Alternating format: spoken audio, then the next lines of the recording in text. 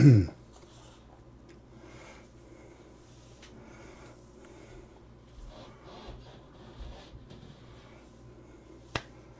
right, this is it, people.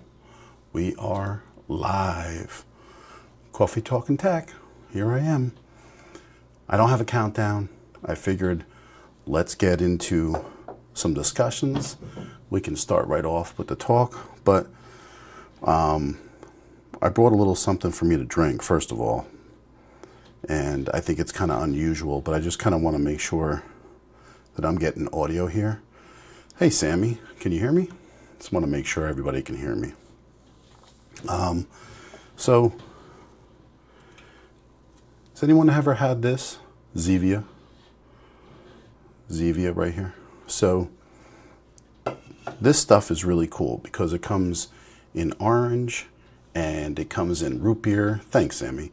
Hey, Patrick, how are you? And it comes into a bunch of different flavors. But the cool thing about this is that it is sugar-free. It's got stevia in it. That's why it's called Zevia. But what's really cool is this the orange. And when you have root beer or orange or whatever it is, yep, it's clear as water. So that's kind of cool, and people get a kick out of that because we're so used to having like food coloring and everything. So here we are. But if you like talking about cameras, you came to the right live stream. And this is the first time I'm actually using that little thing that we have going on now where you can dual stream to both sizes, you know, a regular stream and a crop stream, you know, for like a phone. So let's have a little talk about cameras, because who doesn't love talking about cameras? It's the end of the year. We had a lot of cool cameras come out and everybody gets hyped up about the cameras. And you have the R6 Mark II, incredible release. And a lot of people were really thrilled with the open gate, and a lot of people weren't overly thrilled that Sony didn't have open gate in their A7 IV. But honestly, to be able to get that 4K 60 and stream for an hour and a half or 2 hours without overheating, that's going to be really useful for a lot of people in the hybrid situation. You know, you want a camera that you can stream 4K 60, not have it overheat or have any issues. It's going to be a big deal. There's no doubt about it. A lot of people haven't used open gate. I could see where it can be useful. There's no doubt about it. It can be useful. It's just a matter of if you're going to use that workflow. But anyone that does YouTube, I would imagine that they would like using it, because it's kind of like you can do two things at once. You can film for social media, YouTube, and all at once. And that's kind of really useful, I believe. So the question is if you are going to use it or not. That's the big deal. So we're not really sure how many people would use it, but I think I would. But the cool thing is that these old cameras are still really good that we have. And I want to talk about the Canon M50. I had that camera. This is not it. This is the R50. The Canon M50 was probably the most popular camera to come out onto the market in the last 10 years in a crop sensor. It really sold out. And it took a bit of a while to get an R50 to come about. But the R50 is here, and my son picked it up. And the great thing is, he bought this refurbished on Canon's website. And the real cool thing is, he got this for $480 with the kit lens. And that's what's great, is that people can get into photography with a really good photography camera for $500. And that's a lot to say in this day and age. So he's really enjoying this camera. And I think it's definitely worth noting. It does 4K 30, but it's not a beast in video, but you can definitely use it for your YouTubing. You can definitely use it for your photography, and it's a great camera. And he happened to pick up this 18-50 Sigma, which I do have in the Sony flavor, and this is in the Canon flavor. So if you're thinking about cameras still, 2026 coming up, you can't afford an A6700 for $1,500. Let alone, let's just say, like an A6600 used. I mean, they're $700-800. This was brand new with a warranty for refurbished on Canon's website. Year warranty comes with it. They're like new, and basically this is a great thing to get into. So I just wanted to mention that as we start out talking about this. And if people are interested in cameras, this is your break-in camera, the Canon R50 right here. So I just want to take a little, second to talk about something that we're getting into. Hi Kombucha, how you doing? How's everybody doing? We got the new year starting. Figured we'd talk about cameras. Why not talk about cameras? We all love talking about cameras. And the whole evolution of when we started YouTube, I started on an M50, and then I went into an EOS R, and we used that for photography and also for YouTubing. Then I stepped up with the big boys and got a Sony ZV-E10. And here is my Sony ZV-E10. And this camera has done really well. I was really happy with it. I've used it for YouTube for the last 4 years. And I think it gives you a really good quality, and I enjoy it for that much. So, yeah, Kombucha, you started with the M50 too, and it's a great camera. And that's why I really think that you got to keep that in mind. And just to give you a size comparison, here is the R50, and here is the ZV-E10. The original ZV-E10 is right here. And these cameras are very similar in size, except here's the thing. This doesn't have a viewfinder, the Sony. This is strictly for video. This stays right in your shop, your studio most of the time. And this M50 is a good little camera because it can do both. It can take pictures and it can do video. You can plug your mic in. You can also listen with a headphone. I believe it has it. Does it have a headphone? I think it might. Let's find out. It's got the HDMI and it's got the USB-C. I don't know if it's got a headphone though. I forget every time I talk about all this stuff. There's a mic. Nope, it doesn't. All right, so it doesn't have a mic input, headphone input. Okay, so another thing is you're seeing me on a FX30 with a Sigma 17-40 1.0 millimeter lens. So I'm at 1.8 right now, and I'm streaming in 1080p. So this is a great lens, and it's kind of a little bit too much right now. So Kim says, then I moved to the Sony A6400. I still have it. I'd like to upgrade to the 6700. So the 6400, I had it and I debated whether I was going to get rid of it or not. And the thing that kind of disappointed me is I ended up selling it with the 18-135 millimeter, and I bought it used for $850. I used it for 2 years, 3 years, and I sold it for $850. It had 100 or 200 shots of photography on it. It was just used for video mostly. And I kind of regret that because I kept 2 ZV-E10s, but just being able to take photography. And so I have a Canon R6 Mark II, but it's really my wife's. And then I have this whole setup with the FX30s. I wanted to kind of fit in with the cool kids. So I waited it out for a while, and it's been a long while, and I've been really thinking about this a lot. So yeah, the FX30 is great. It's a great camera. you can go back and forth whether you should go full frame, whether you should go crop sensor, FX3. FX3 is still a ton of money, and you can do 95% of everything you want to with this FX30. It's a great camera. But here is, lo and behold, my A6700.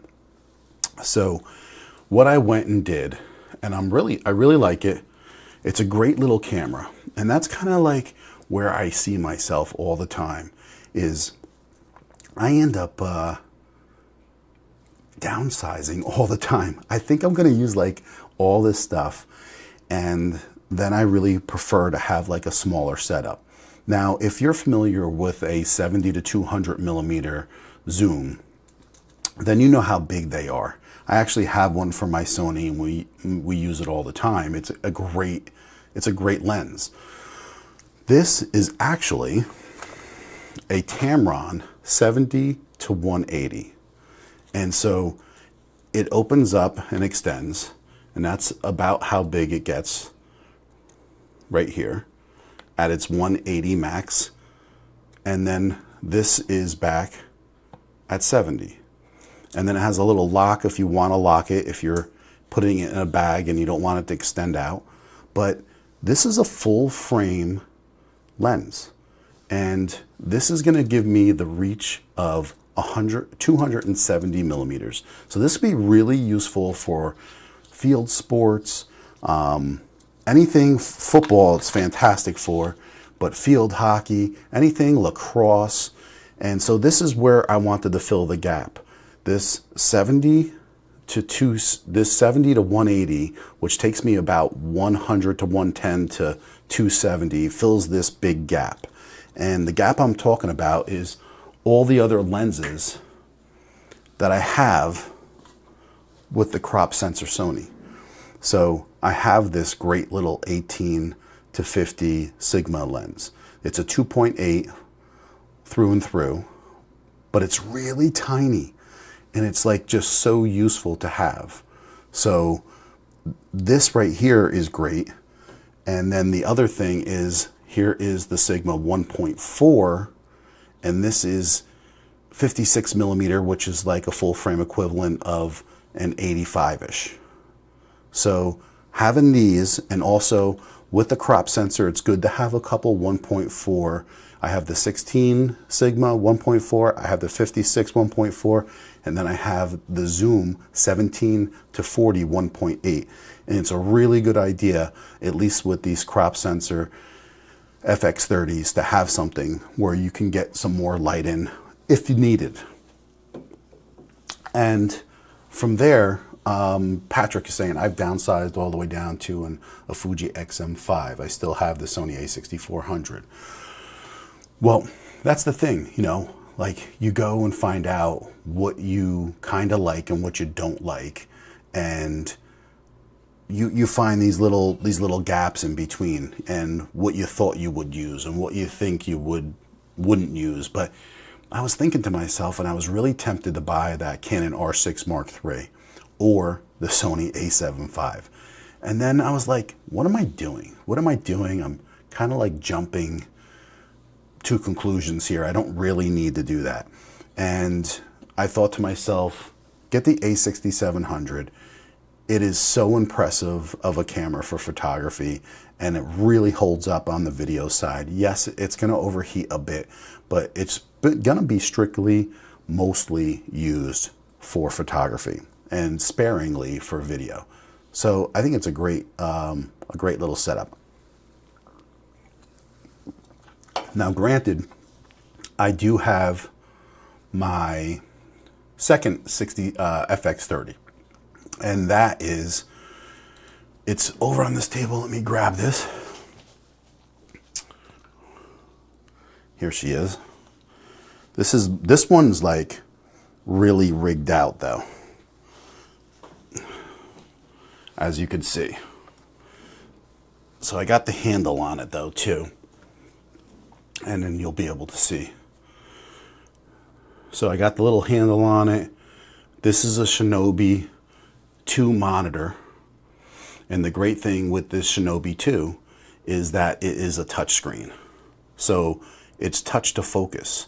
So actually when I'm using this, I don't have to look at the tiny monitor. I can look through here as I'm filming, and if I want to change the focus point, I could just tap on this and it will change the focus point. And it works really well with the FX3 and FX30. And it didn't work well for a couple of years, and the last firmware updates have really come through for this, and it's very useful. So then I have a couple bigger batteries back here, V-mount, and then a lot of times I like to use these bigger Sony batteries, the NPFs I think they are, and I just have a little mount on the back here, and it's not so bulky or big, and I can get like 3 or 4 hours without having to change it at all. And this is my other lens, the Sigma 10 to 18. So I have like a lot of Sigma lenses, and it fills all the gaps from really wide to pretty much the zoom to the Tamron. But this one here, that's my second. And then like I said, this is the thing I'm going to get to know. And the great thing about the Tamron 70 to 180 is that this does have some stabilization in it. So along with the great thing with the A6700, what you're really paying for is that stabilization, that in-body stabilization, which is really, really helpful. And then also you're able to go and put this lens on it. So when you are zooming really far out to that crop 270, it's going to really help with taking these pictures. And other than that, I made sure that the firmwares were up to date on both of these, and they are. They came delivered with the updated firmwares, and now it's just going to be like, what am I going to start shooting this with? So the great thing is my son started wrestling his freshman year in high school, and my wife usually takes pictures with the Canon 70 to 200 on there, and then I could take this camera and start taking some pictures and try this out and see how things come about. So the other thing is too, that a lot of people talk about it all the time, is the overheating with the A6700 for video, and hence why I got the FX30s. I just, no matter if I'm in 4K 60 or whatever I'm filming in, I just don't want to ever have to worry about the overheating.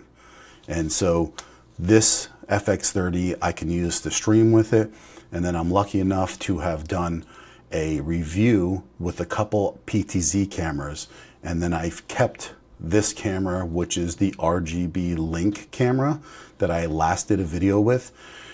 This camera is only 1080p, but the real great thing is that it connects NDI.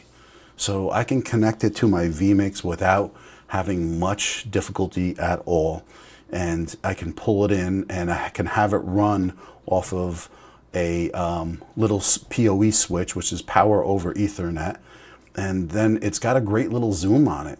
You can see this thing can really, really zoom in. I'll zoom in on this little anime box here, and I'll show you how far this thing can zoom in. So look at that. Isn't that pretty incredible?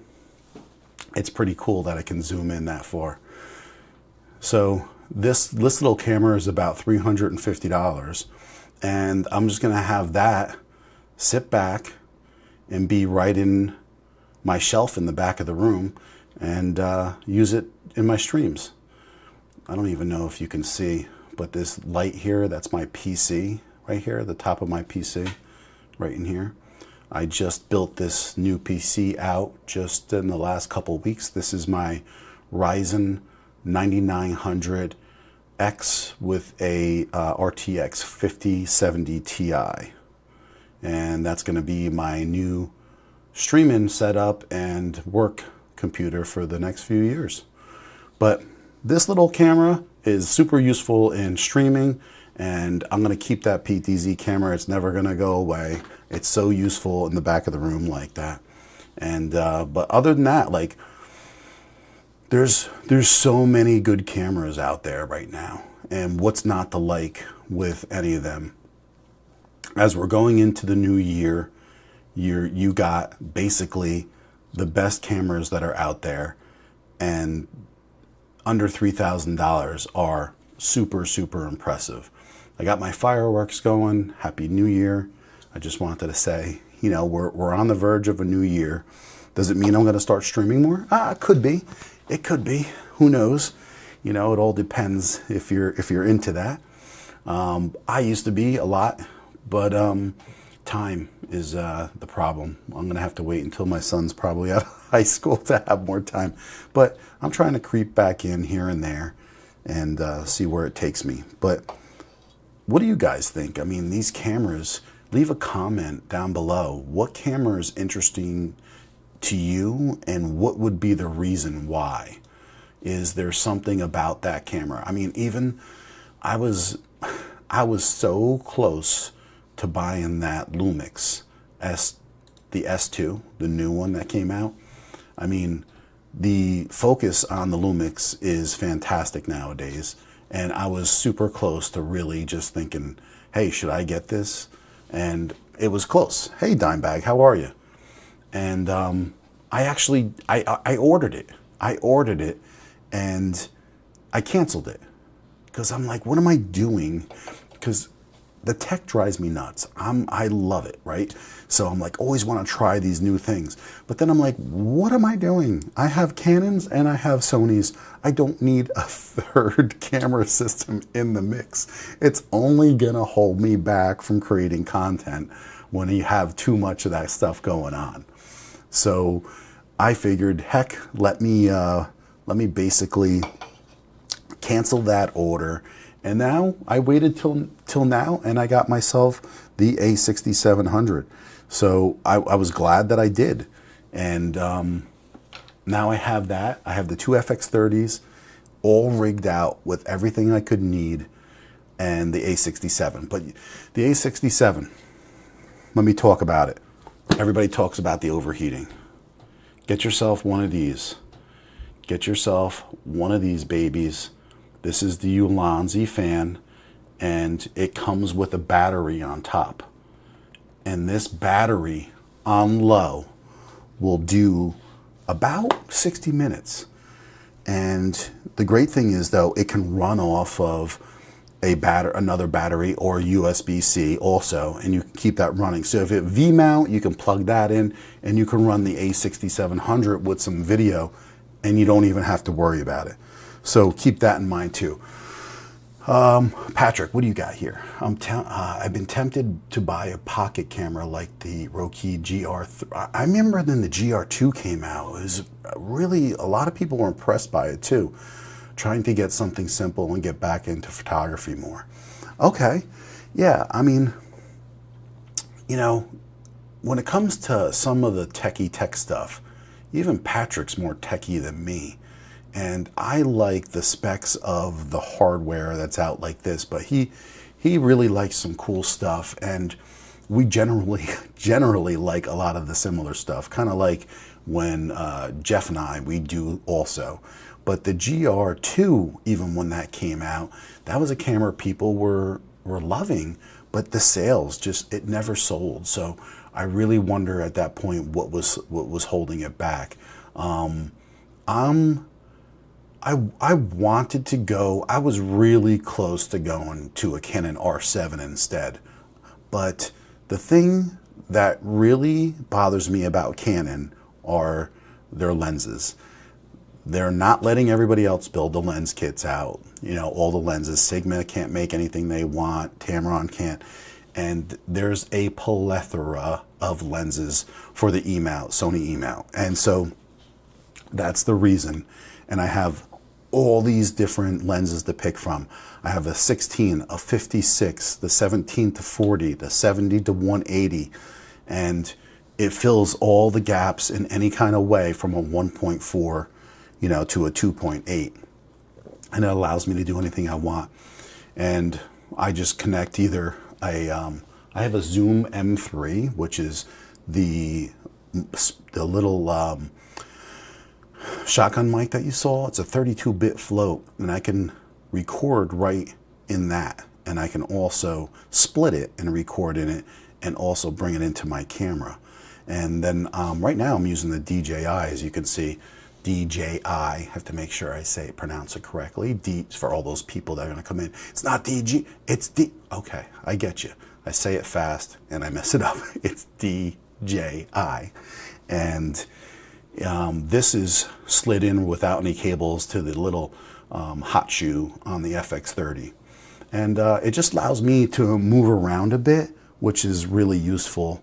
And I can connect 2 mics, and it just makes things a lot easier sometimes when I'm explaining things and moving and turning.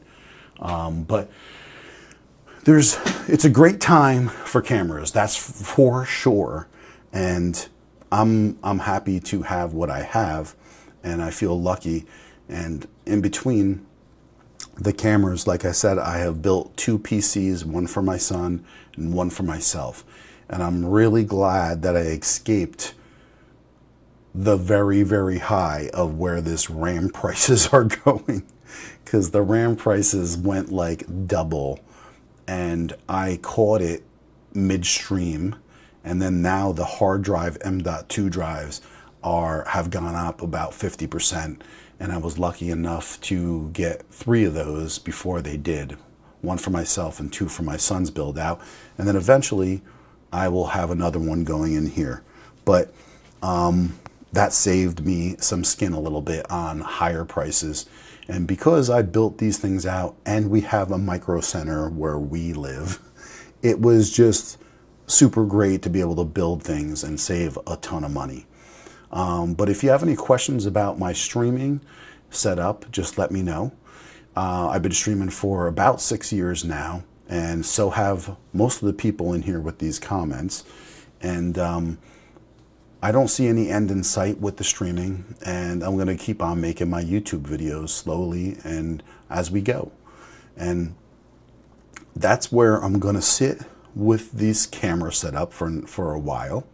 I have also bought a 2 newer, the brand newer CB300 Cobb lights, and I am learning how to use those for photography with some constant light, and then I'm using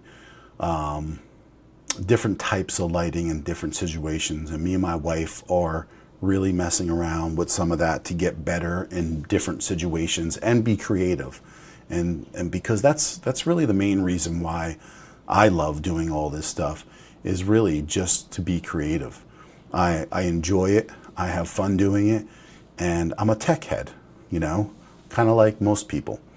But if there's a camera out there that you're really enjoying, let me know. And the A6700, I'm going to get my feet wet with it very soon. And the only reason I was thinking about the R7 over the A6700 was the increase in the electronic shutter. The R7 does 30 frames per second in electronic shutter, and I think it does like 12-ish in mechanical. And the A6700 does just 11 no matter what. So I didn't want to get wrapped up into that, and the reason why I didn't was for the video specs.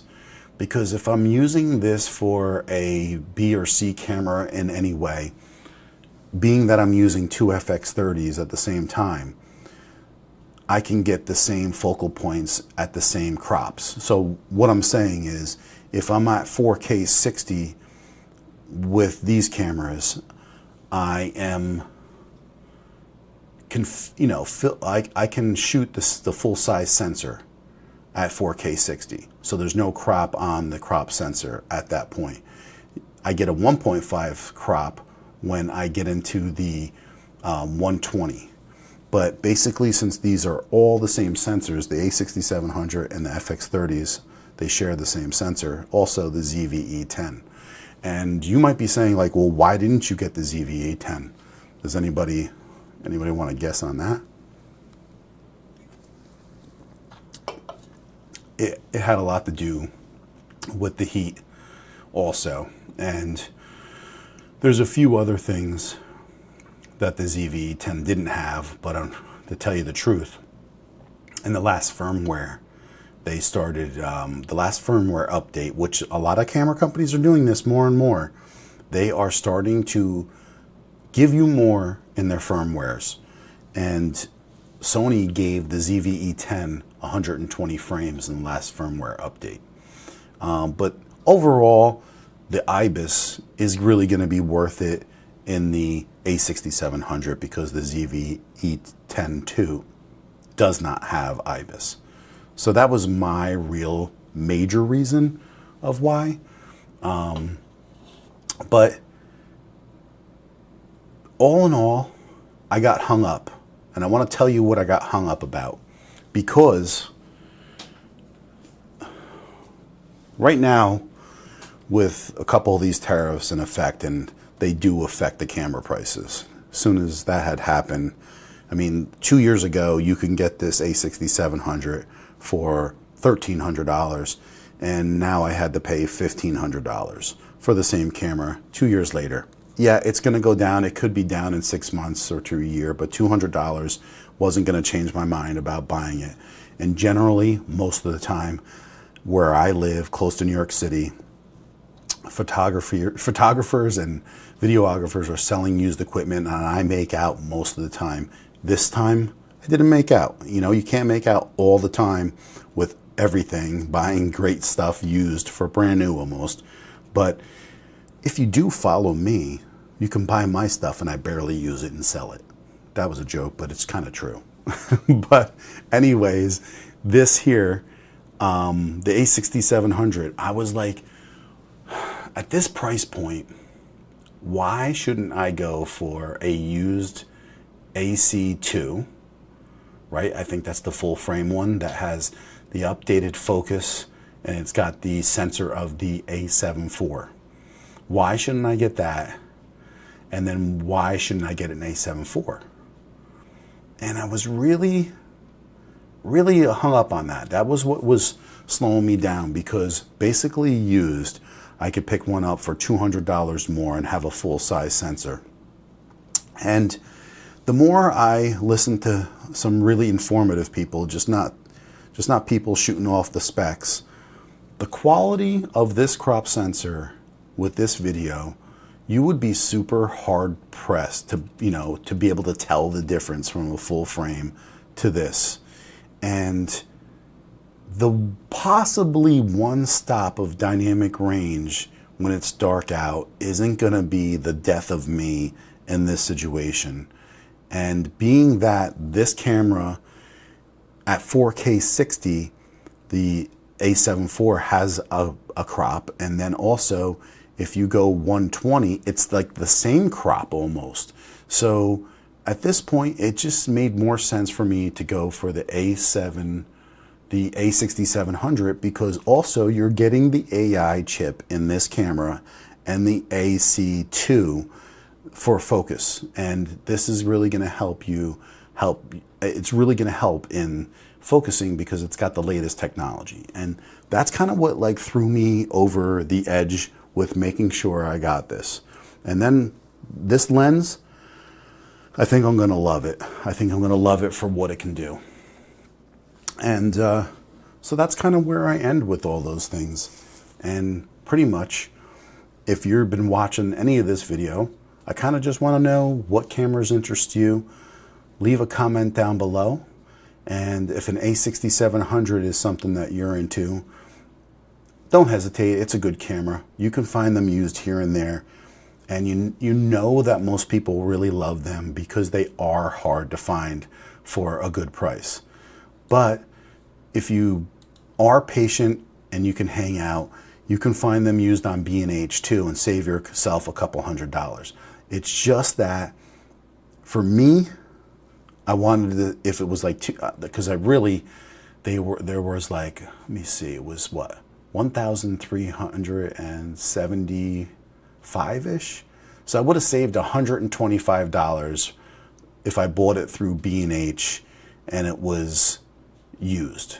And at that point, for that price, it just made more sense to me and I felt better about just buying it new. So I did. So that's where I stand with the new cameras. The R6 Mark III is phenomenal. The video And the extra megapixels and the open gate is what really is that, you know, what that camera is all about. It's amazing. I own it. And the R3 in photography is pretty much the same, except that you're getting the from 24 to 32 megapixels. And then also in video, it's just, the video is great in the R6 Mark II. Now it's just off the hook. You got a full-size HDMI, but don't think that you're going to record for 40 minutes, an hour when it's 80, 85 degrees out. It's just not going to happen. And that's why the Sony A7 IV, if that's your gig, it's, you know, got the new sensor. It's a little bit faster readout, which is great for video when you're panning. And you can't say that either one's a slouch by any means. And then, like, again, this Lumix is right there with some incredible IBIS, the best in the market. It's the best IBIS that's out in there in the market. It is like you're using a gimbal. I had it in there. I was ready to buy it, and I got it for when it was releasing, and then I just got cold feet and I held off. But I don't regret it, because I didn't want to throw this at me and have another camera system and waste time. It just didn't make any sense, because that's what YouTubers do. They bamboozle themselves, if you don't know. They just add more things to the mix, so this way you can struggle with getting your content out, because you have to learn another camera system. If you know what I'm talking about. Jokey. But it's true. Look at this. Orange soda, clear. Clear as water. People, it really throws people when they see that. But do me a favor, hit the like, drop a comment down below, and I want you guys to really think about the next year, what your goals are, what you're trying to do. And if you're young and you got time, do it. Spend the time to do it. And if you don't have time, try to make it in between, like I do. Try to do some live streams. Try to do some videos in between. And don't stress yourself out about it. You know, that's the thing you have to let go. Everybody's like, oh, you got to be consistent. You know, yeah, you do, to keep on growing at a certain pace, but it's hard to keep that pace when you're living a lifestyle that involves a family and your life and a marriage. I know for a fact that a lot of these bigger YouTubers, this is their life, and this is where, you know, they're constantly creating, and that's how you get as big as you do, because it takes so much time and effort. And for some people it's worth it, and for others not. You know, it's not. But just do what you think is worth for you. And, you know, good things come to good people, and I think that you have to pat yourself on the back once in a while. But Happy New Year. Enjoy yourself. Thanks for watching. If you watched a little bit, I really appreciate it. And let me know what 2026 is going to do for you. What's on your agenda? You know, what do you want to accomplish? Where do you want to be creative? I hope you guys enjoy the next year coming up. And after a bit of me doing some playing around with this A6700, I'm going to come back and do a live stream and talk about my thoughts about it. So I want to wish you all well. Much love to you and your families. Enjoy this next year, because every year goes fast, and appreciate the friendships that you make and the people that are in your lives. Take care. I'll see you on the next one.